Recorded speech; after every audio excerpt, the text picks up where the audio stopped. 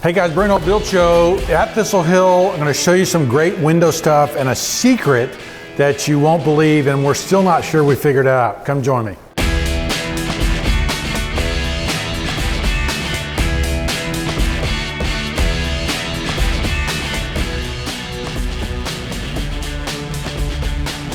Okay, so we're here at Thistle Hill. This is that year-long, 2-year-long restoration that we're doing, and it's going to be in 2 phases. The first phase is restoration. So we're taking the exterior, the windows, the roof, all of those conditions, and kind of getting this back to the way it was in 1904, 1910, whenever it was taken over by the Scots. So I want to look at windows today because windows are going back in. I'll show you some of the different restoration techniques and some of the fun things we discovered, especially one window back here. So let's start at this entry hall at the top of the stairs. What you're looking at is basically kind of a faux, Palladian window, right? You have the big arch window in the center, and then you've got the 2 windows on either side. Now, what's different about this is these are stained glass, and it's typical in that Victorian period, kind of this time period, that at the stairwell, they would often have a window on a landing or above to bring light into the entry. Okay, so what you're seeing here is that configuration. The problem is it didn't really work because this window was on the outside. This window is actually in the stair hall. Okay, so you're looking at the rear stair hall of the house where the servants would go down to the kitchen. Okay, so the light's very different. And the other thing that's interesting is, see that button, that piece of hardware right there? So that means that this window is meant to pivot, okay? So there's a, you can see the mortise for the hardware here and there. That means that this window was meant to pivot and open because in 1910, they didn't have air conditioning, right? And so I can already feel the air moving up through here. So screen doors, open the doors, this house would move a lot of air. It would have been very, very refreshing. So we've got a pivot window here. Over here, there is no pivot. In fact, it's just behind and it's locked in place. And so that wasn't the situation. So what you would have is visually, you'd have these 2 lights. This one might be lit up a little bit to match this other one, but this one be a little brighter since it was on the outside. We believe that they put this ironwork on there later to keep bugs out, to keep birds out, to keep other things like that. But that was an addition that they put on top of this so as this window pivoted. Now, let me show you upstairs.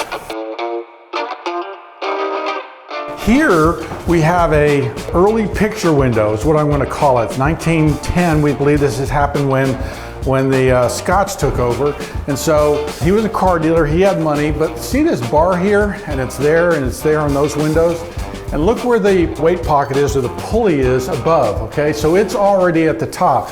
This was an operable window, but it had this bar here, this transom bar. And this was a really big window, and this is almost 4 feet wide by 3 feet tall, right? Maybe even a little bit bigger than that. It was a big window that slid up and down into this space. And sometimes this would actually even go up into the ceiling. Remember, the Staub house had those windows that would lift all the way completely out of the opening.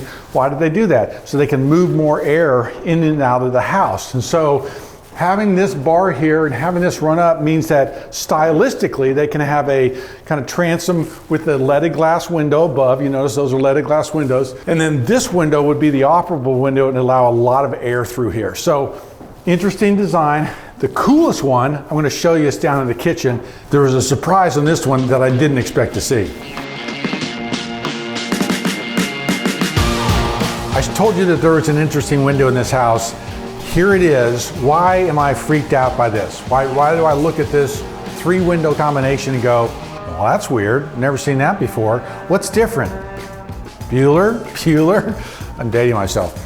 Look at the size of this, okay? Look at the thickness of it, the width of it. What's missing, okay? There's no weight pocket. We've got 3 double hung windows, and there should be a weight pocket in here for this thing to work.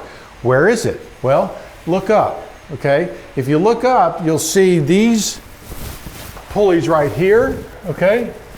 And if I go up and I pull this, right, it connects to a weight somewhere, okay? So what basically is happening is the weights for this window, the weights for this window on this side, and in here are all captured in this box. So they're all in this weight pocket. So this weight pocket is extra big, so it can handle 2, 4, 6 weights, okay, as opposed to just 2 weights. So it's crazy to me that they have configured all of this stuff just to hide the weight pockets, right? That they've got these weights and pulleys that go across and down, okay, in order to thin this up, right? It's kind of weird to me. It's kind of like, well, that seems like a lot of work. Why didn't you just make it bigger? Was the light that they were trying to get from these windows that important? Is that why they did that? Is this just streamlined and thin and it kind of looks modern and hip? Is that why they did that? So it's a curious thing to me, but in here you see the size of these, right? These are monster weights. I don't know if they say the size on here, but this is a 10 to 15 pound weight. Notice it's chain as opposed to rope, okay? And then they've got this interesting hook on there, is how they're gonna hook it together. And then I've got a screw, okay, that will screw right into this thing, and it's gonna hold in my weight pocket.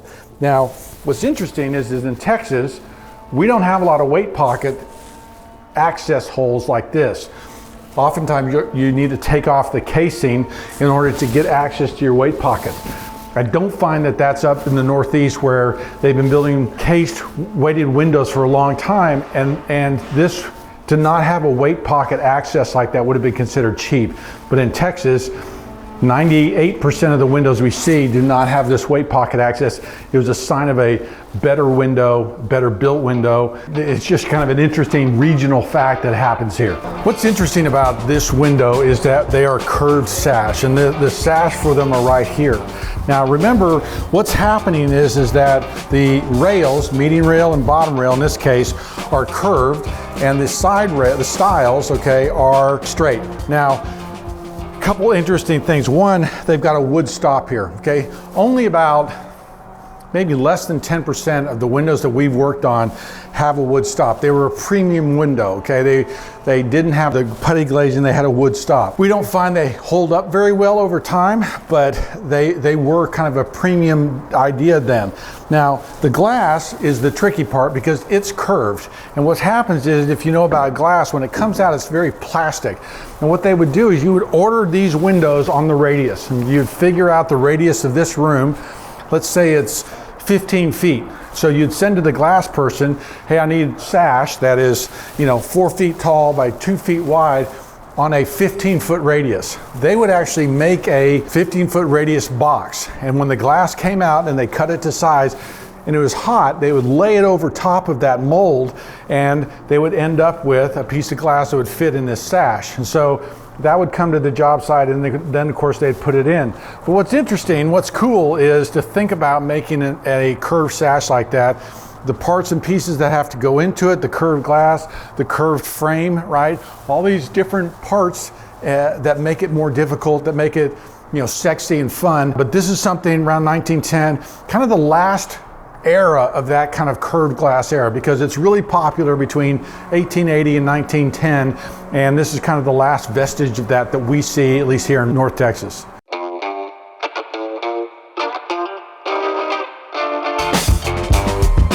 Okay, so I wanted to come up here and show you what happened post-demolition, right?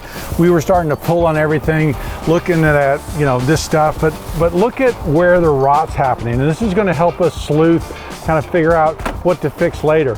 This fascia board is rotted. We'll have to look at why. You look up underneath here, and here's the brackets, and here's the the modillions and cornices that are coming out. But if I look up underneath here, right, and I start looking for wet spots, I start realizing maybe where the water's coming in. Look how this is pretty pristine and white, but as I get here, this blocking piece is out, it's gone. So it makes me think that this piece is probably rotted here. It's not here, right? So we're looking at the solid masonry wall on the outside, but I'm starting to miss some pieces, and I'm seeing some rot in between here where some of the blocking was put in. And so I start realizing that this is probably my area, and I see how soft that lime mortar is. This is where my water was coming in. And then if I go over here, and I start looking, I'm not looking in this corner, I'm really looking in this area, and I've started identifying maybe this part. So As I look at going back with the right product or where my problems are, I look at underneath here, and this is giving me clues about where the problems were. And because of the rot on the dentals, the rot on these pieces, I've kind of, narrowed it down to this. Now, here's another thing. I'm narrowing it down. I'm looking at the stonework that's cracked. I'm looking at some of these solders maybe as far as how it's done, this flashing. But I've kind of narrowed down, now that we've done the demo, where the leak's coming, and I can come in here and start problem solving and start fixing this. Let me show you one other thing downstairs, kind of the stonework finally in, showing itself off, how beautiful it is, and how to build to make something last a long time.